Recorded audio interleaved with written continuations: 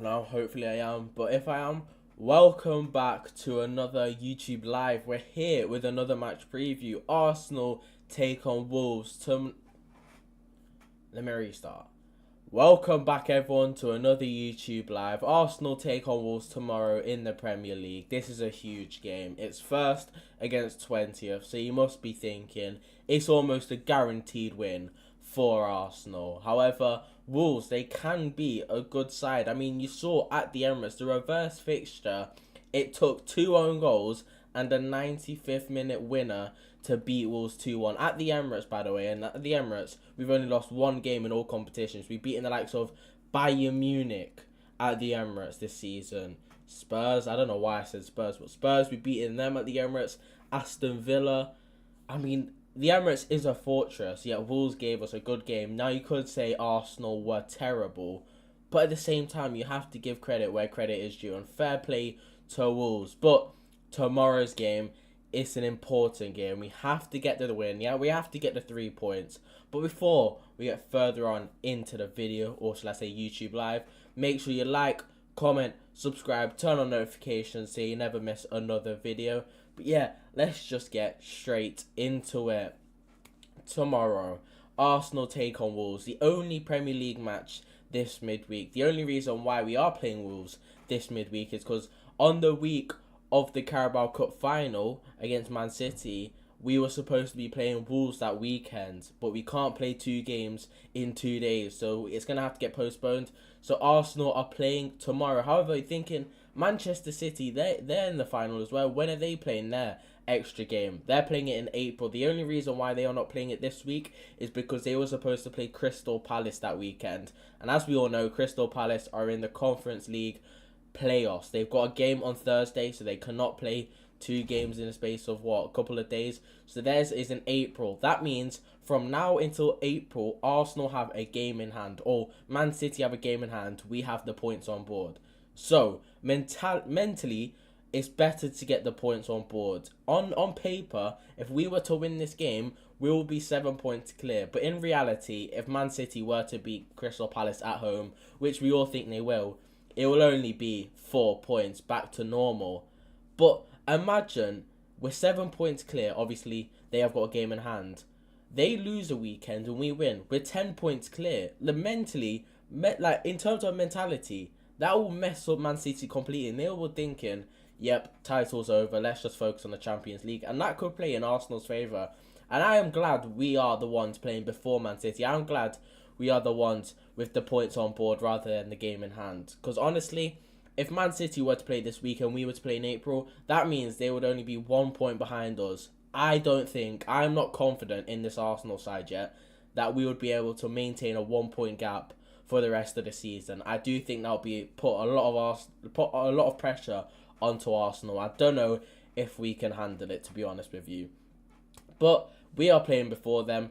This is good opportunity to extend that 7 point lead at the top and just have a little bit of breathing room going into the next game. We've got the North London derby on the weekend. That is a huge game. And honestly, up until Arsenal travel away to the Etihad, I'm pretty sure Man City play before us each week, which doesn't go into our favour if I'm being honest. We don't play necessarily well when we play after Man City. Hopefully that does not have an effect on Arsenal and we just can keep on winning. That's all that matters. Just keep on winning. Winning. That's all that matters. And I do believe in this Arsenal side. We did draw against Brentford, so it's not the best. I mean, our Premier League form in the last 5 games, I don't think has been too great. I think 2 wins, 2 draws, 1 loss. It's not been great, but I'm starting to see some good signs. I mean, we beat Leeds United 4-0. We beat Sunderland 3-0. The 1-1 Brentford, it's almost like you can give Brentford credit because of how good they were. But also, we weren't great and we deserved to lose that game, yet we still came out with a point. We're still 4 points clear. And 3 points and 4 points clear, it's a massive difference, even though it's only 1 point. I mean, that now means Arsenal have to drop points in 2 different games rather than one, because we don't have to go on goal difference. That is huge. It's a small difference, but it's going to be huge towards the end of the season. But tomorrow's game, it's very important that we get the 3 points. If we don't get the 3 points, I will start to worry. Not because Man City are going to catch us like that. I don't think it's the same Man City side as previous seasons. It's just more of the fact that I don't think this squad has the right mentality to go ahead and beat Manchester City and beat Pep Guardiola in particular from now until the end of the season. There's still 12 games left. It's not going to be easy. And if you put the last 3 years into consideration, you won't be surprised if we were to bottle it, because second place 3 years in a row, it's not a great look. To be honest, I am dreading if we were to make it 4 in a row, because honestly, I could not stand rival fans, because that's just going to be the narrative no matter what. Next season, we could be 15 points clear with 10 games to go, yet Arsenal fans and rival fans will still have that little doubt in their mind because we keep finishing second. This is why this season is so important. We have to go and win the league. I'm not saying it's now or never. I don't think it is now or never, because we signed Saka on a 5-year deal literally today. Saliba and Gabriel are tied down for another 4 or 5 years already. Miles Lewis, Skelly, Ethan Nwaneri and Max Dowman all signed contracts, and they're 16, 18 and 19 years old. So they're going to be here for the foreseeable future. Declan Rice and Timber, their contract negotiations are going on right now, so maybe in the next couple of months, by the end of the season, they will probably be tied down for the next couple of years. Then we've also got the likes of Gyökeres, Zubamendi, Madueke, Eze. They've all just recently signed, so they've got another 3, 4, maybe even 5 years left on their contract. And then who else you got? Calafiori, I mean, he joined literally last year. He's probably going to have another couple of years left on his contract. You got Ødegaard, I mean, he's our captain. If we were to offer him a new contract, I wouldn't be surprised if he was to sign it. Who knows? He could be leaving. There's been links with him going to Manchester United. Then you've also got the likes of who else? Trossard. I mean, the left wing position is where I think it's going to change. I think Martinelli, Trossard, I don't think they are going to be staying for much longer. Obviously, Trossard got a pay rise in the summer, but no actual contract extension. So he's going to be here until 2027. I do think he might leave in the summer. Card, keep it up. I appreciate it, man. Thank you so much for tuning in. I'm trying my best, going daily lives and daily YouTube videos, doing my match preview so far. We're just talking about Arsenal's future. Hopefully, we don't keep finishing second. But yeah, I do think Trossard will leave either this summer or definitely next summer. So a left wing position is where we're going to need to improve in the summer. Martinelli, even though he's only 24 years of age, I don't think he's at the level to take Arsenal to the next level, if you know what I mean. Because we're at a level right now where we're one of the best teams in Europe.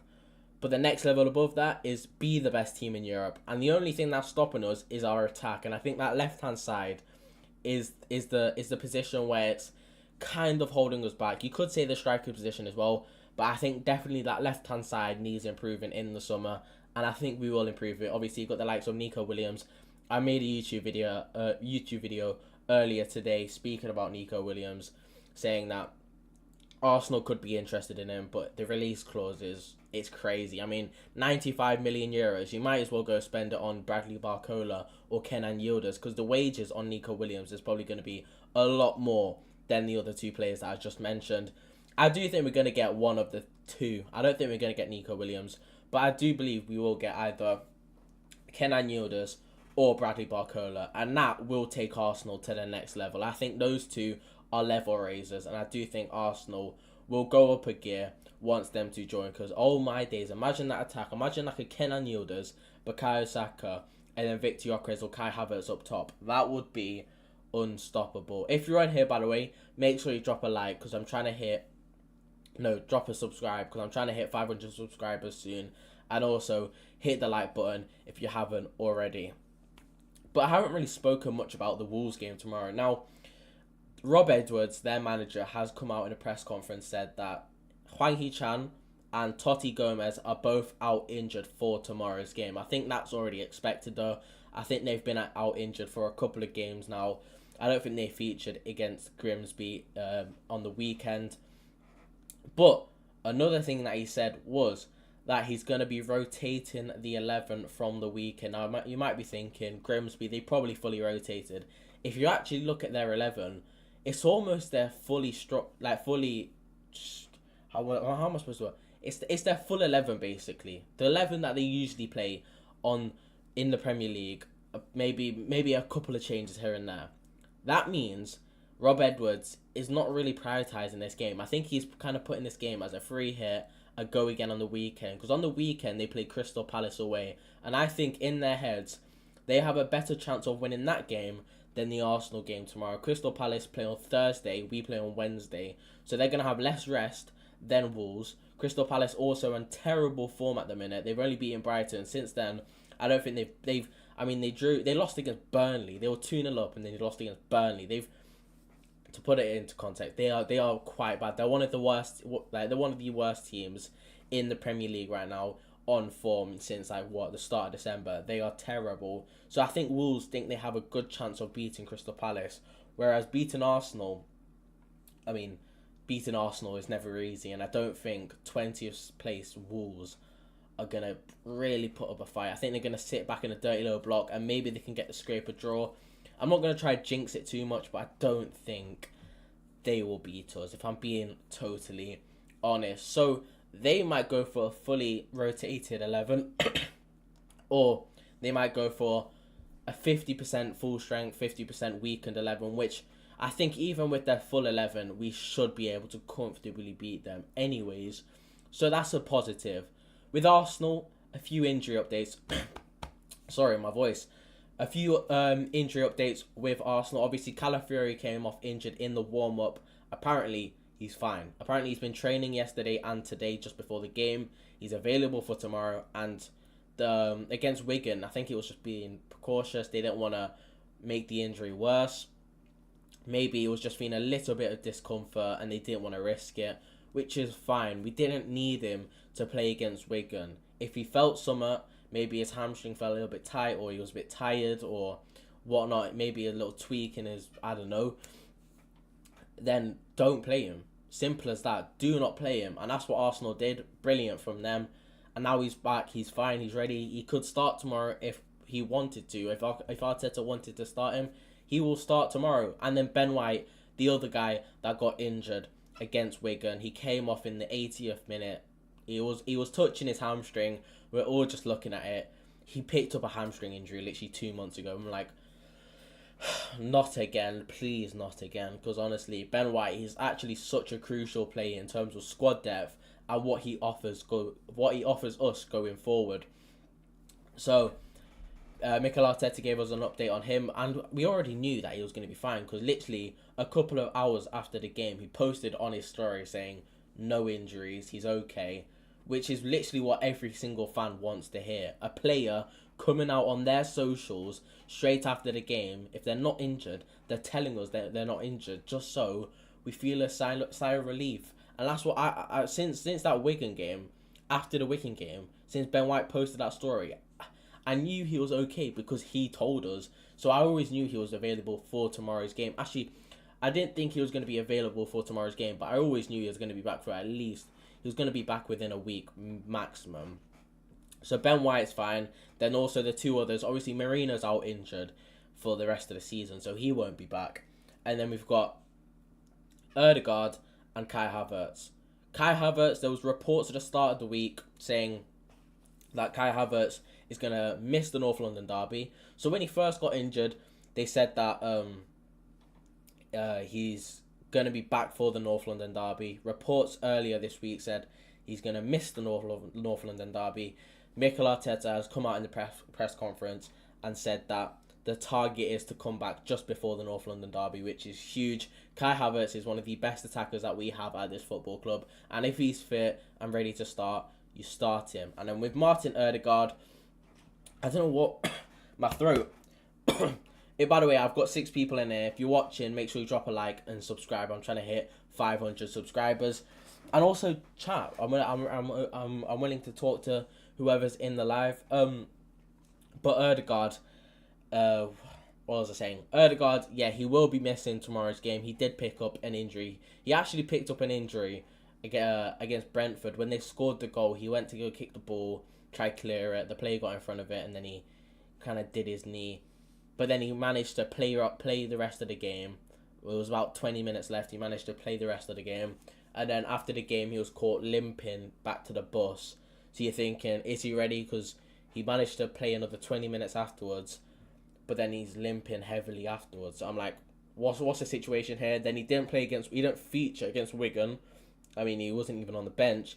So now I'm like, okay, maybe they're just keeping him a bit, to keep him at home, just let him recover kind of thing.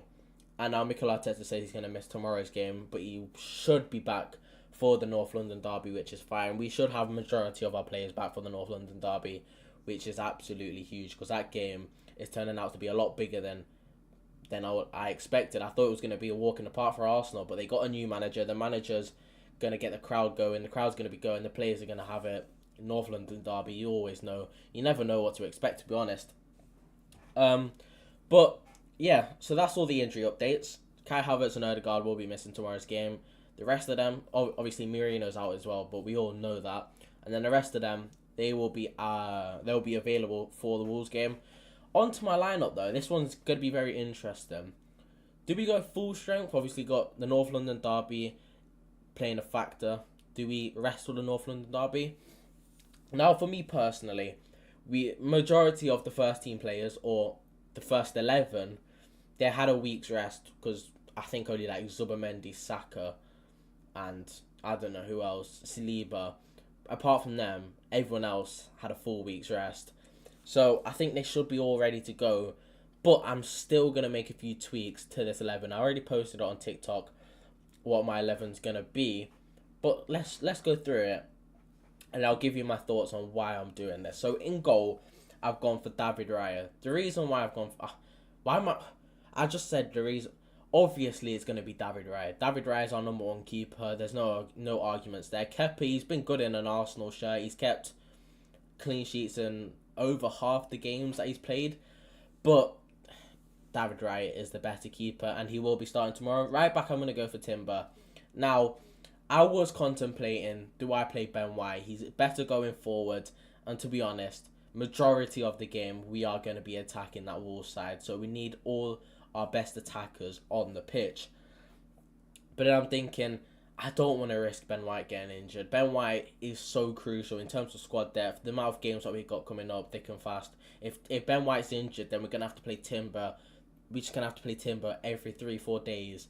And we've already done that, and he's looked tired. And then when he looks tired, he looks so poor. I just want to avoid that at all costs. So let's just rotate them. So I'm going to start Timber tomorrow. I think he'll do a job. If we're winning comfortably in like the 50th, 60th minute, take him off, bring on Ben White. We should be fine. Centre backs, I will be playing Saliba, Gabriel. I mean, I know we're playing Wolves, but Saliba got 60 minutes under his belt after missing the Brentford game due to illness. And then Gabriel, he got a full week's rest, so he should be firing to go. Left back, Hincapié or Calafiori. Now, for me, I am going to go for Hincapié. I would be going for Calafiori in terms of the attacking ability. Like I said, the same with Ben White. Calafiori offers us so much going forward, more than Pierre Hincapié. But again, I just don't want to risk it. I don't want to risk getting our players injured, especially towards the end of the season. This is crunch time. There's so many games coming up thick and fast, and not only are there so many games, they are important games and games that we are desperately needing to win, and we need to gain a bit of momentum. So we need all our players fit and available. So I'm going to start Hincapié, and again, if we're winning in the 60th, 70th minute, take him off, bring on Calafiori, offer us more going forward. In the midfield now, this one is where it's going to change up a lot. I am not starting Zubimendi, nor am I starting Norgard. Them two are not starting. For me, I feel like Wolves are going to sit in a dirty low block, and I feel like what's the point of having two defensive-minded players in Declan Rice and Zubimendi? Now, I know Declan Rice and Zubimendi love pushing forward, and they do offer us a lot going forward, but they are both, their best attributes are defensively, and we just don't need that against Wolves. I would be starting Declan Rice in the 6. He was initially the 6 when he first joined Arsenal, moved into the 8, and that's where you're seeing him basically grow into the play that he is now today, one of the best midfielders in the world. But he can do a job in the 6. I feel like he covers up so much ground, and even as the lone 6, the lone midfielder, because I'm going to play 2 10s, I feel like he will do a job.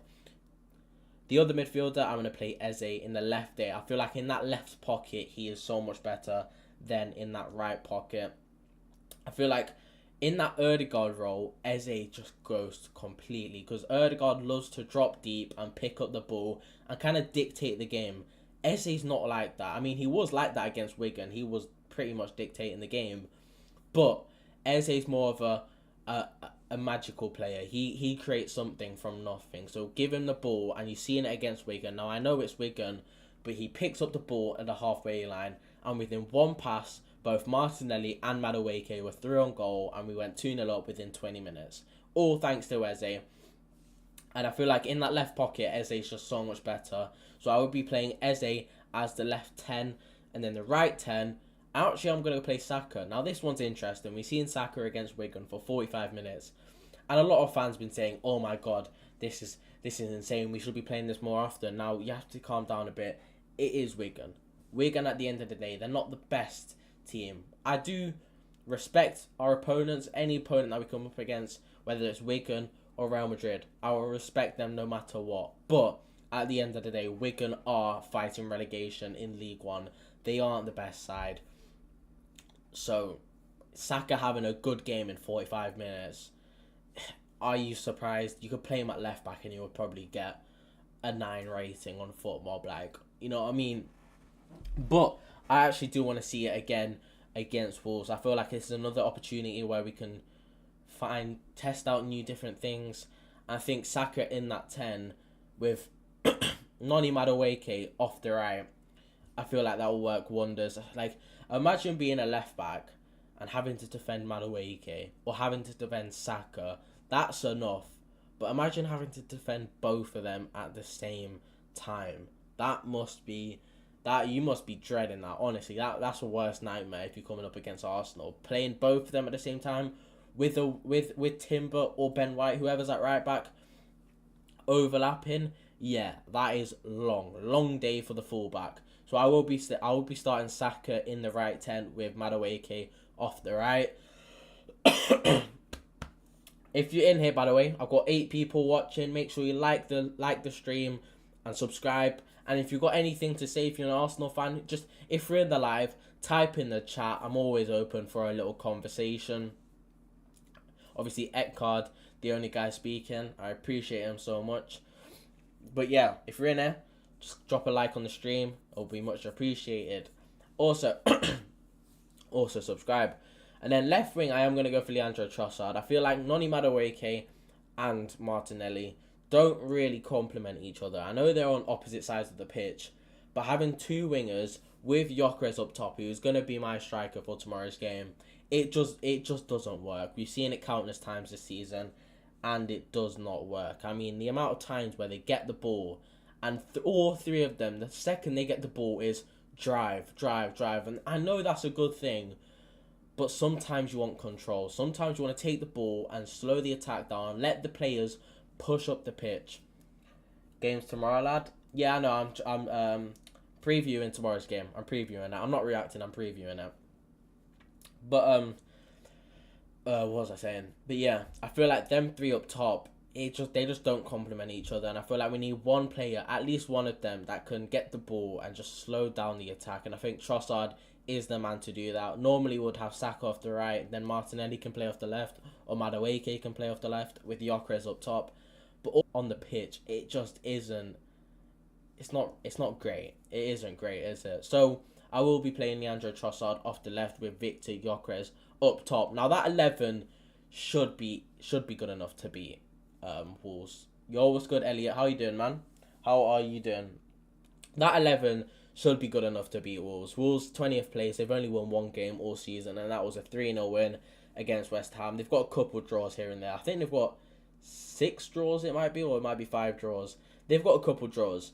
The last thing that we want is to drop points tomorrow against Wolves, because honestly, if we do drop points, then questions will be asked about the mentality of this squad.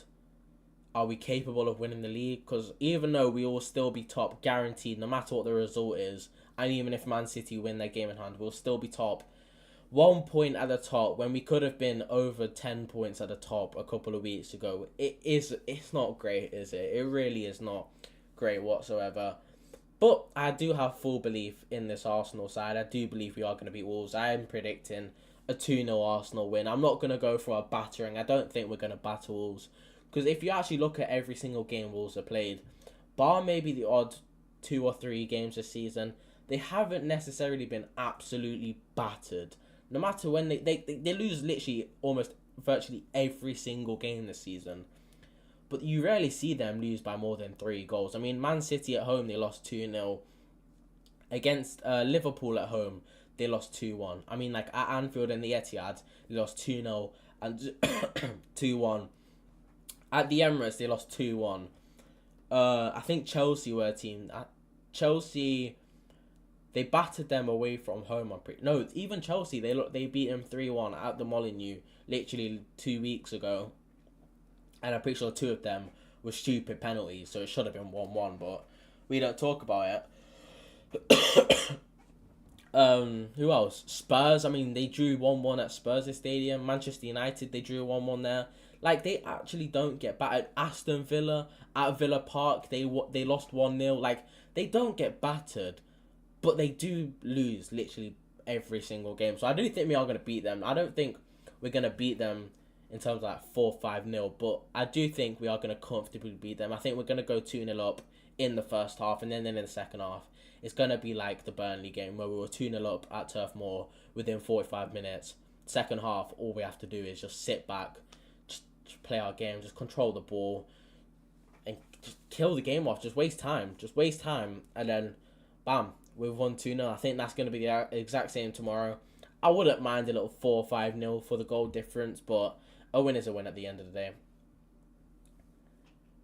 What's your thoughts on... What do you mean, Elliot, bro? Starting next side. My predicted 11 is David Raya in goal, Timber right back, Saliba Gabriel obviously. Left back I'm gonna go for Hincapié.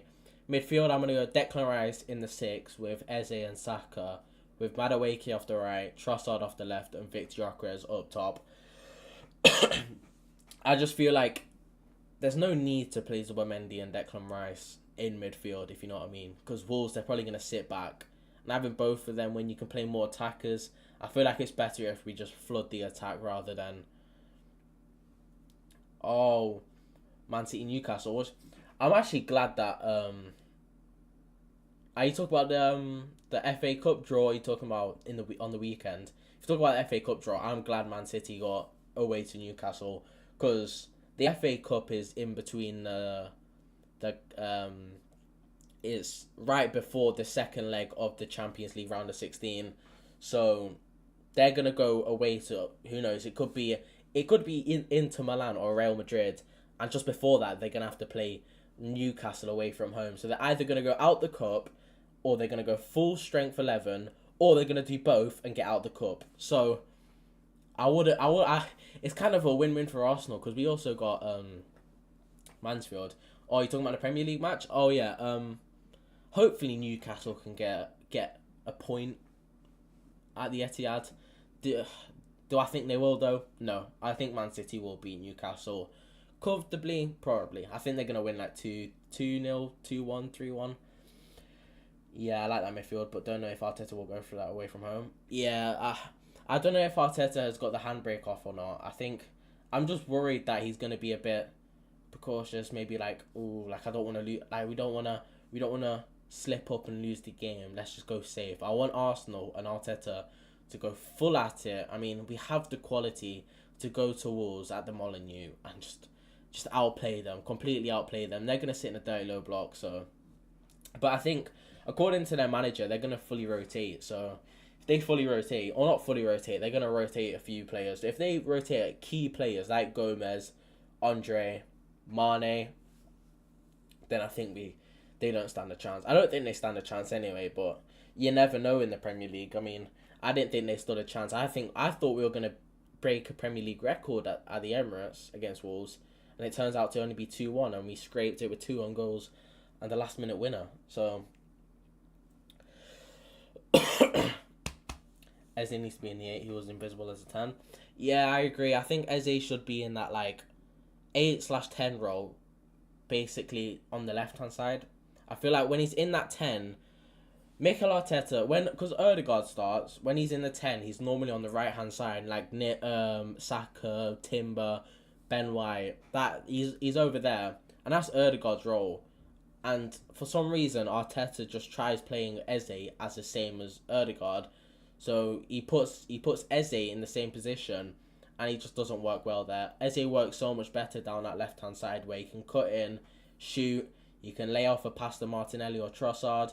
You can do a few passes here and there. I think as a right 10, he's not good. As a left 10 or in that Declan Rice position, basically, I think he will play a lot better. Hopefully, he does that tomorrow. But we will see. You never know with Mikel Arteta. By the way, boys, if you're in the stream, make sure you like the stream. We're on 6 likes, which is huge.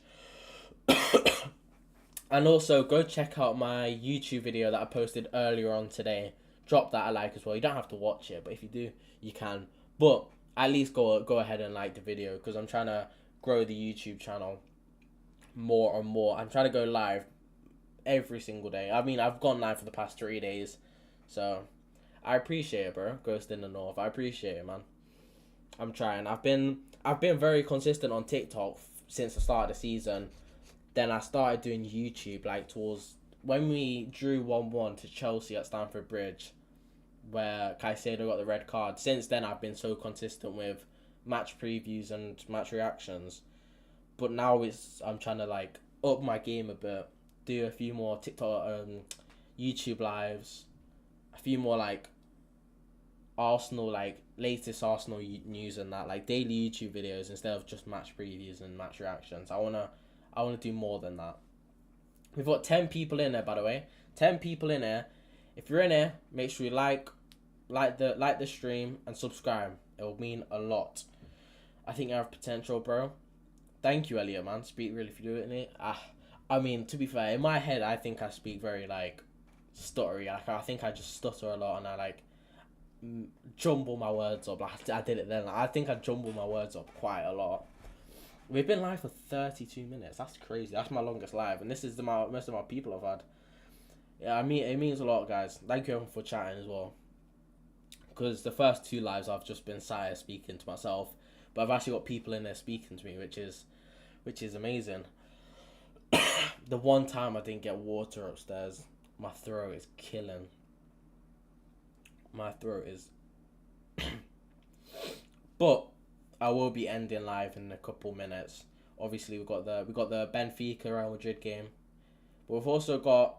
If you're an Arsenal fan, keep an eye on the Dortmund Atalanta game tonight. I think it's tonight, or it might be the Olympiacos Bayer Leverkusen game. But keep an eye on one of those 2 games, because one of those 4 teams will be playing in the round of 16. Let's hope it's not Atalanta, because they beat Chelsea. Dortmund, on the other hand, they lost to Spurs, so we know who we want. For me, an 8 is an all-rounder. Eze lacks a bit of defense. Yeah, no. The one thing that Eze does lack, and I don't think it's a weakness with Eze, is his defensive ability. Odegaard, defensively, so much better. I mean, physically, like, Odegaard is not great, but the work rate, you can never doubt Odegaard with that. He's always running his socks off. He performed really good last game, but it was Wigan. Yeah, I know. Yeah, I mean, Wigan. I mean, I've seen a lot of Arsenal fans being hyping up certain performances, including myself, but then you just get rival fans just cutting off saying it's Wigan, but you also get, it is Wigan, but come on, let's praise our players. Let's praise our players. And the thing is with Odegaard, don't be surprised with Odegaard if he was to be very weak in his duels. Don't forget, Norway qualified for their first World Cup in like 40 odd years, I'm pretty sure. Odegaard, the captain of Norway. And already this season, he's been out injured 4 times due to contact injuries. 2 of them was his shoulder. 1 of them was his MCL. And again, against Brentford, he's done his knee in. All contact, by the way. He hasn't picked up no muscular injury. They've all been contact injuries. And he's probably going to be very, very cautious about the World Cup. He doesn't want to miss it. So don't be surprised if he's gonna be very weak in his duels. You've seen it recently. Every single duel, he just gets bullied. But that is because the World Cup's coming, and that's probably playing a lot on his mind. Yeah, Elliot. Yeah, A lot of people forgot that the World Cup is. It's not even like oh, World Cup. It's his first World Cup. It's Norway's first World Cup in so long, and he's their captain. He wants to be there because he also missed most of the qualifiers due to contact injuries at the start of the season. So he doesn't want to miss out. Yeah, but that's why. Yeah, it is. I've seen Rory Talks Football. He was talking about it, and then it sprung to my mind like, oh yeah. Elliot, I appreciate you tuning in. I'll be live straight after the game, Elliot. Straight after the Wolves game on YouTube. Probably like 20-30 minutes after the game. So if you wanna speak to me again, I would appreciate you if you tuned in and had a little conversation about the game. Hopefully it's positive, but I appreciate it. Same goes for everyone in the live. What's your thoughts on buying / Inter rumors for? Are you talking about Ødegaard? I've seen rumours about Ødegaard going to Manchester United, which is absolutely crazy. Imagine Ødegaard going to Man United. Not a chance. But Ødegaard leaving, I mean, he is our captain. I would never want to see Ødegaard leave our football club. I think he's been there through the what's the word? He's been there in the trenches when we were in the trenches. I mean, in that 2021 season, we were finishing 8th 2 years in a row. Wait, just deeper though. Before I speak about that, Arsenal were a banter club when we were finishing 8th, and we thought 8th was terrible. People were saying, let's remove Arsenal from the Big Six because we finished 8th 2 years in a row. Spurs are gonna finish back-to-back 17th. Manchester United finished 15th last year. Like, no one says a thing. Like, it actually blows my mind. Like, Arsenal finished 8th, and people were considering kicking Arsenal out of the Big Six. Spurs finished 17th, and no one's saying anything. That's crazy to me. That is absolutely crazy. But Ødegaard leaving. I don't want to see Ødegaard leaving. Personally, this season, last season as well, he's been very poor. I've been very critical of him this season, and I've been adamant that Ødegaard should be dropped. But at the end of the day, he is our captain, and it's never nice seeing rumours that he will be leaving. It's never nice seeing rumours that any Arsenal player will be leaving the football club, especially if they're very, like, involved with the squad, if you know what I mean. Like, Ødegaard is our starting number 10. Imagine Spurs get relegated. Right, if Spurs get relegated this season and we win the Premier League, yeah, that would be amazing. That would be amazing. Yeah, I know somehow we get all the hates, crazy, all big. It does my head in, you know, like, it's so annoying that Arsenal, I mean, don't get me wrong, do I think Arsenal fans are deluded? Yes, but every single fan base is deluded. Like, come on, like, you're not a real fan if you're not slightly deluded. Do I think some Arsenal fans take it to another level of deluded? Yes, but so do other fans. Some other fans are unbearable, honestly. I mean, this season I've despised Chelsea. We've already played them three times this season. I don't, like, the club, I mean, Chelsea, they're so, like, I don't know what it is with Chelsea, but I just despise them, me. Yeah, oh my god, do you know what the worst thing was? You know when Man United beat Arsenal 3-2? I've seen actual Liverpool fans celebrate Man United winning, saying football won. But then in my head I'm thinking, because Man United won that game, and I don't know what happened with Liverpool that week, they went 6 points clear ahead of Liverpool, and Liverpool are fighting for top 4. They were the champions of England last season, and now they're fighting for Champions League football, yet they're celebrating their biggest rivals winning a game of football, which it does no good to Liverpool whatsoever, yet they're still celebrating because football won. It's not our fault that every single team plays a low block against us and we have to play boring football. Don't get me wrong, we do play boring football, but it's not entirely our fault. The teams that we come up against, it's literally, I think statistically, like, teams that play against Arsenal play a lower block than usual, if you know what I mean. Like, Even Man City, when they played against Arsenal, they were parking the bus like crazy for 45 minutes, and they had 11 man on the pitch. When Arsenal were trying to defend a lead at the Etihad, 2-1 up with 10 men, and we almost did until the 95th minute, just like the game at the Emirates. Everyone was criticizing us, but when we drew 1-1 against Man City, we were getting all the hate saying, "Oh, we made it a boring match." It does my head in. Yeah, Keith Thomas, is that the guy that literally does watch-alongs with every single game, even like League One? He hates Arsenal so much. It's so funny. Like, what has Arsenal done to him? What has Arsenal done to some of these people to the point where they despise the club genuinely? It's so funny. It's crazy to me. It's honestly crazy. But yeah, boys, if you're in there, drop a like on the live. We're currently on 7 likes, which is my most ever likes on one single video, which is absolutely crazy. Thank you so much. Not even my Manchester United reaction, which got 1,200 views, got more than 7 likes. It got 6 likes. And this live has got 7 alone. It means a lot. Thank you so much to everyone that liked and subscribed during this live. Thank you, everyone. I'm trying my best.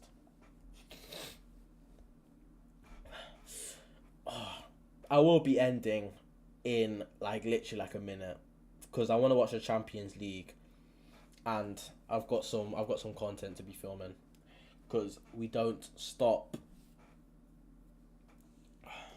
I wish I had some water, man. But yeah, that is the end of my match preview. Arsenal take on Wolves tomorrow. I am predicting a 2-0 win. I do think we are going to beat Wolves. We should be beating Wolves. I mean, they are 20th in the league. They are going to be rotating. They have got some injuries. And Arsenal, come on, we're one of the best teams in Europe. But yeah, thank you everyone for watching. Thank you so much, Elliot, for tuning in. I'll see you tomorrow, Elliot, yeah? After the game. So the game starts at 8.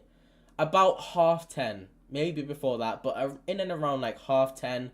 Make sure you go follow my TikTok, because I'll be updating you there when I go live. But yeah, around about 10:30, I will be going live on YouTube for my instant match reaction. Thank you, everyone. Thank you so much for watching. Keep up the good work. Consistency is what you need when it comes to content creating, man. Yeah, I know, Elliot. See you, man. See you later, Elliot, man. Appreciate you for tuning in. Thank you, everyone, for watching the match preview. 43 minutes. Wow, that was long. But I'm just trying to stay consistent with the lives and the videos on all platforms. Thank you everyone for watching. Come on, you Gunners. Hopefully we get 3 points. And the next time I see you, hopefully it's a positive live and not a negative one, because I want to get the 3 points and I want to be 7 points clear of Manchester City. Thank you everyone for watching, and I'll see you tomorrow. Bye-bye.